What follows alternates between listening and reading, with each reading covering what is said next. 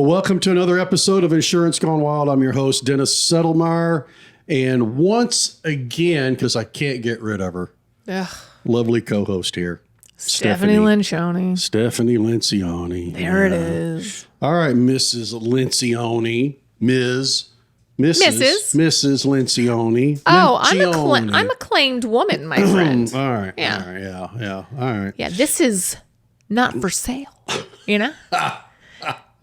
Unless your name's Brian, and then I sell him the goods all the time. Yeah, I hear you. Different goods. Oh, God. Sorry, Mom. Hey, we have got our mascot in here today. We do. Mrs. Devereaux, Ms. Devereaux. And she is laying down over there by the door, but she's busy. But we're going to talk a little bit today about homeowners liability. We may get in the weeds a little bit, but homeowners liability. Why in the heck do we have liability on a homeowner's policy? Well, we're going to give you some examples of what that covers, some things that it doesn't cover, some things that it might cover, might not cover, those sort of items. So I know that we have a perfect example here of a situation that somebody got into that I think you were going to read. Is that correct? I read real good. You read? I read real good. She reads real good. Coming at you. Hang on, let me find it. Oh, you don't have it ready? I listen, I'm so ready all the time. Come on now. You're not supposed to have dead air when you're on the air. Fair. Okay. Fair. Okay. Here's a great example of homeowners liability. Yes. When it pays and when it doesn't pay. So go ahead. So this has to do with somebody's aunt and uncle's house. Okay. And what happened. So it says kids came onto their property that they didn't know and were not invited while they were having a 4th of July party. So aunt and uncle having a party, random kids coming on. And this is a lake house. So keeping in mind, this isn't like it's in the middle of, DFW. A firework malfunctioned while they were shooting them off, which caused other fireworks that were stored on the dock roof. So it was a 2-story, away from everyone to go off as well. So firework malfunctioned, went over to the roof of the dock where the other fireworks were stored. Those went off, which, by the way, is where the children were, right? The kids who were not invited. The trespassers who were in the dock roof started jumping off the roof in the lake, but one trespasser jumped onto the property instead and broke her leg. My aunt and her husband's insurance had to pay out $300,000 because even though she trespassed, they didn't store fireworks the lawful amount of feet away from people. Because she and another group of kids went onto their roof, now making the fireworks an unlawful amount of feet away from people. So basically, they were you have to store the fireworks away a certain distance, right, to be lawful amount distance. Mm-hmm. The homeowners didn't know, the property owners didn't know that these random kids go on there. And so now because they are present next to these other fireworks, it's now an unlawful distance. Mm-hmm. So they were held liable.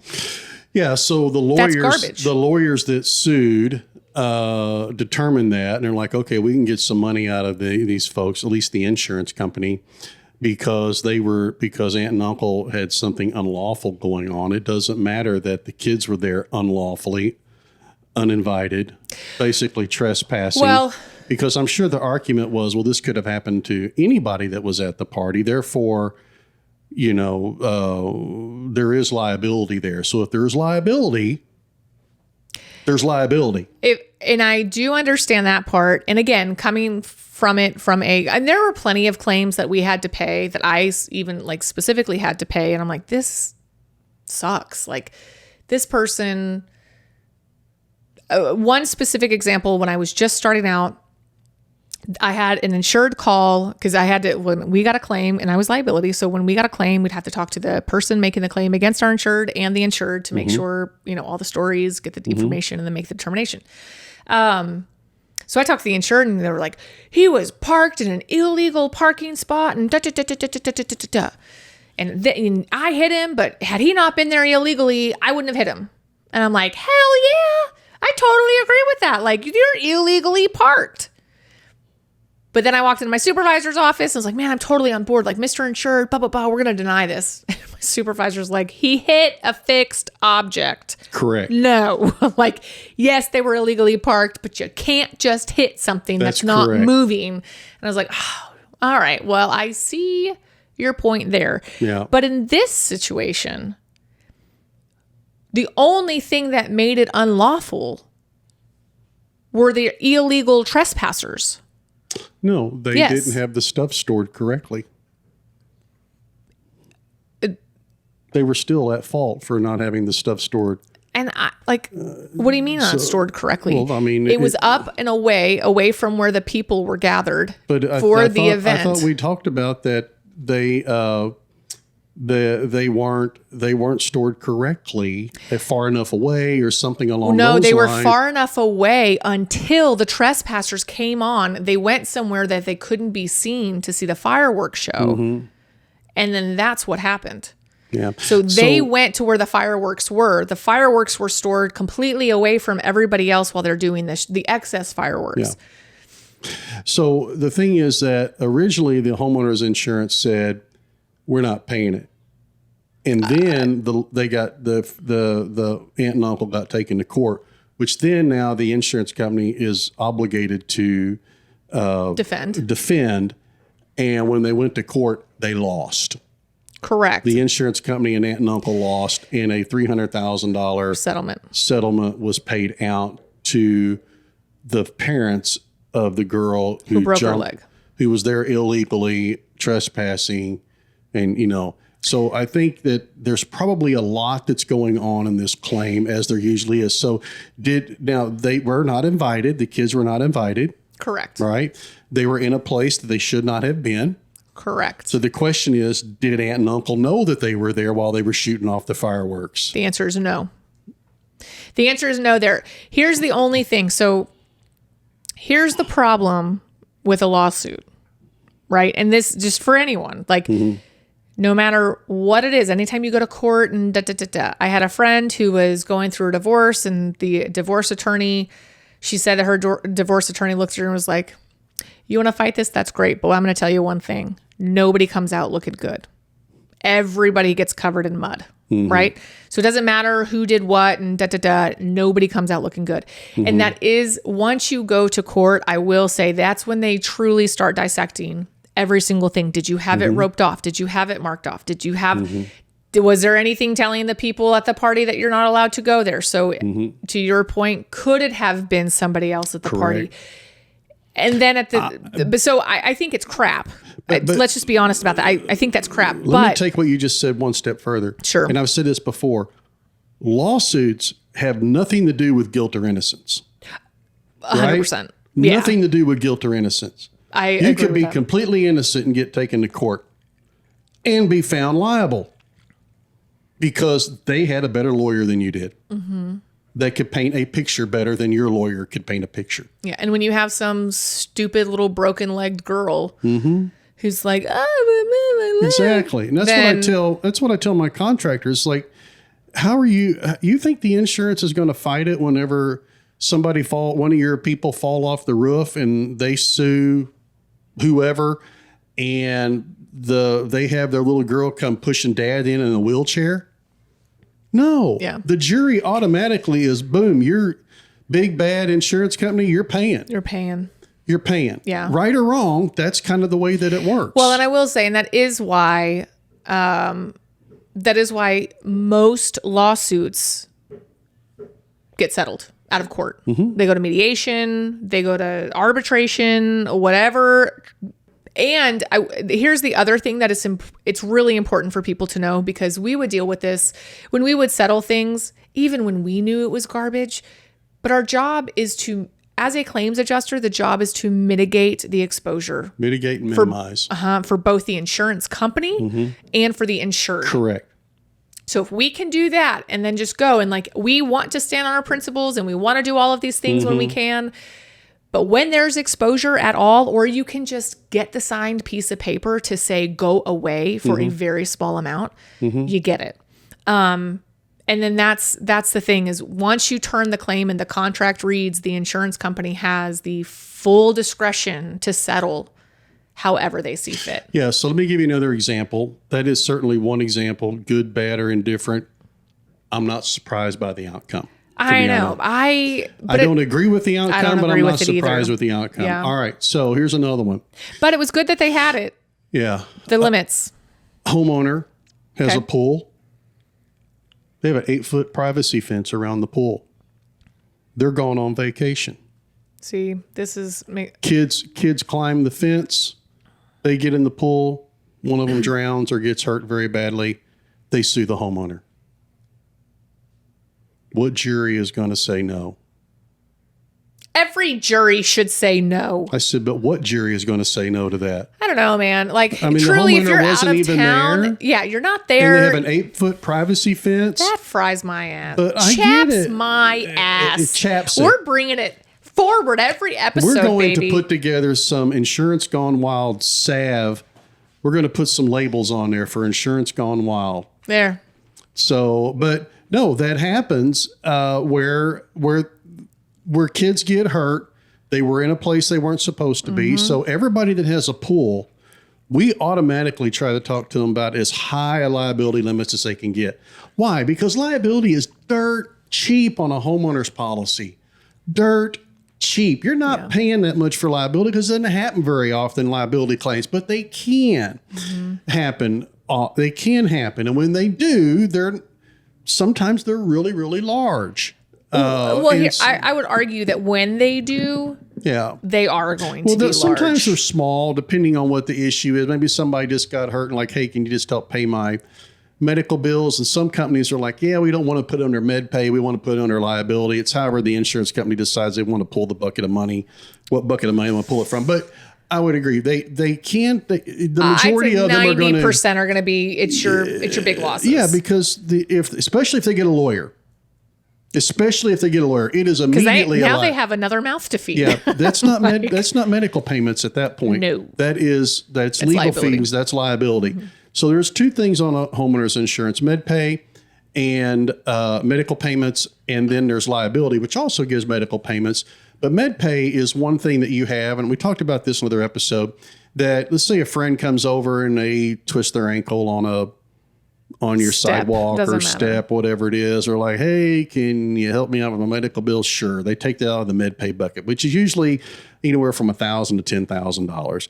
Med pay is there to keep your friends your friends. That's what it's for. You don't have to admit fault. There's no fault admitted, nothing. Yeah. Liability, if there's a lawyer or if it's of size, that goes into the liability bucket of money. But that liability bucket of money, the difference between $300,000 and $1 million, if you can get it, maybe $50 a year, maybe a year. It's that cheap. Okay. It is dirt cheap. And if I can just add something, please. So I'm going to, whether you can or not. Thank you. Well, I was just trying to give you an opportunity, give me permission. But, all right. To your point, I do call it the keeps your friends coverage. The medical payments to others is what you'll see it on your little policy. If that does happen, and that friend who leaves your house, steps off the curb wrong, twists their ankle, then wants you to pay it, I think that's great. But also, don't invite them back over. So maybe you have the coverage to keep your friends your friend. Yeah.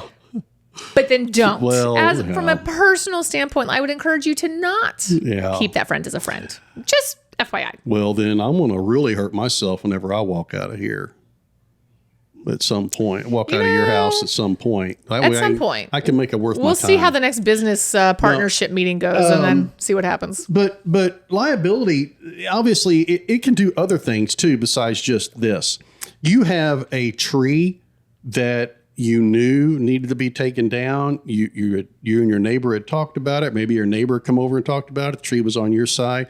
The tree falls over on your neighbor's house. Your personal liability off your homeowners could pay for that if your neighbor makes a claim against you. Now, if we didn't know the tree was dead or dying or whatever, and the wind blows it over, maybe it's not going to pay. They just need to your neighbor needs to file the claim on their own homeowner's policy.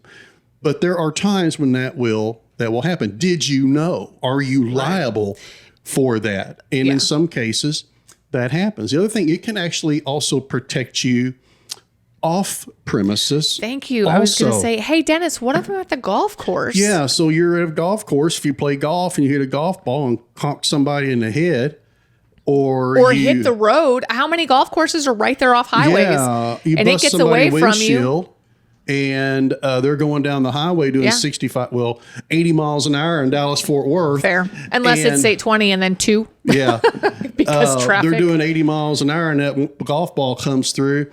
The windshield hits the driver, causes an accident. Well, then your homeowner's liability may kick in for that.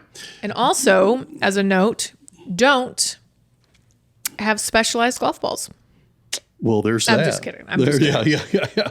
Golf with generic. That's right. But it could pay for other things too. One of the things that I will tell clients is if there's been a hail event, do not let door knocking roofers onto your roof. If you did not call them, do not let them on your roof. Here's a perfect example. I learned this early on in my career. A lady called and said, we had a big hailstorm down Arlington area. She called and said, yeah, I might need somebody to come look at my roof. And I'm like, well, why don't we find a roofer to come look at it? Because I'm already thinking, let's find a decent, I was young in the business. I didn't know much, but I knew that. Let's find a reputable roofer. Oh, I've already had some, because I said, you don't want door knockers on your roof. She's already had somebody. I said, was it a door knocker? Yeah. I'm like, okay. So here's the reason you don't want them on your roof. If they get up there and fall, they could sue you. Mm-hmm. They could sue you because you invited them on their property. You allowed them to get up there. Now it's all on you. Now you are liable for whatever happens while they're on your roof. But in this particular case, it went from a hail damage claim to a vandalism claim because that roofer got up there with a screwdriver and poked holes in shingles. Yeah. So the insurance company denied the roof claim, the hail claim. And it's going to be a vandalism claim, which now you have to go down to the police station and file a report against whoever it was that got on the roof, the company that got on the roof. And this was one of those storm fly by night. Yeah. Fly by night. Like you're never going to find that guy. They were probably in Colorado the day before. Yeah. You're never going to find them. And the insurance company goes, oh yeah, we know about this company. We've had other problems with them. So it ended up being a vandalism claim. That's when I really nailed down, you got to find reputable roofers to be able to do this stuff. Do not let door knockers on your roof. Let me ask you this though. Mm-hmm. Was the roof replaced? After the vandalism claim, yes.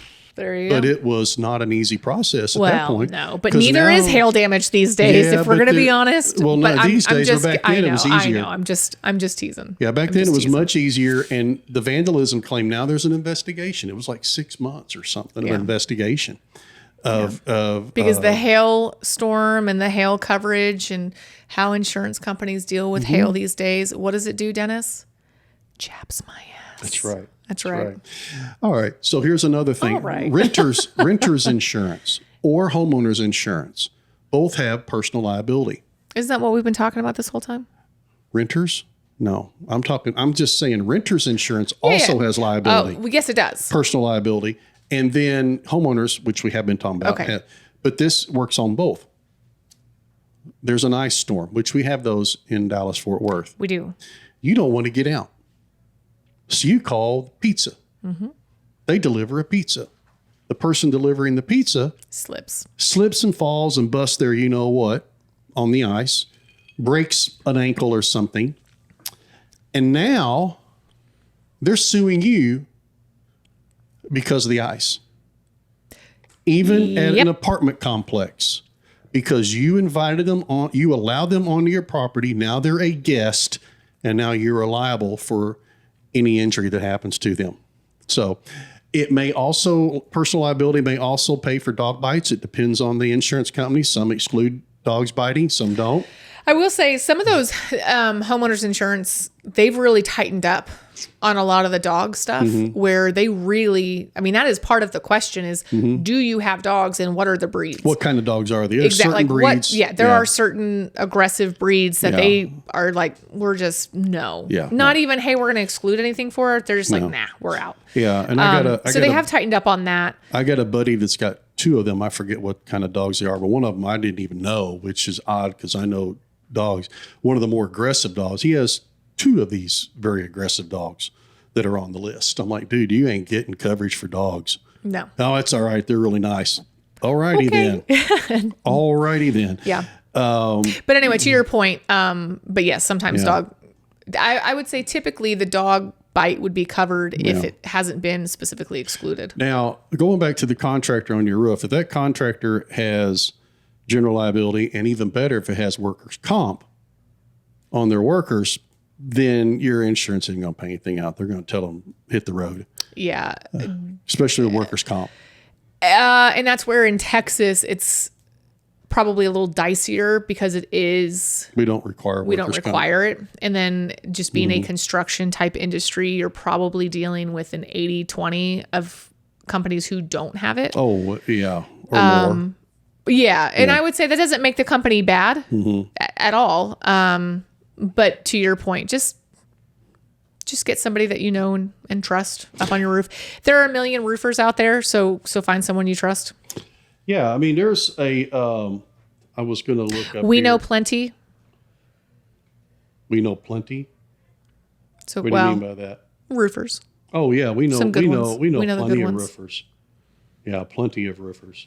You get sued because you or somebody in your household posted something demeaning online. Oh. People are looking for opportunities for lawsuits for that stuff. And you posted something derogatory or negative about somebody else, and so they're going to sue you. Well, that is not generally going to pay through your homeowner's liability. You have to have personal injury coverage. Okay. Personal injury. That pays for libel, slander, things along those lines. Yeah. Interesting.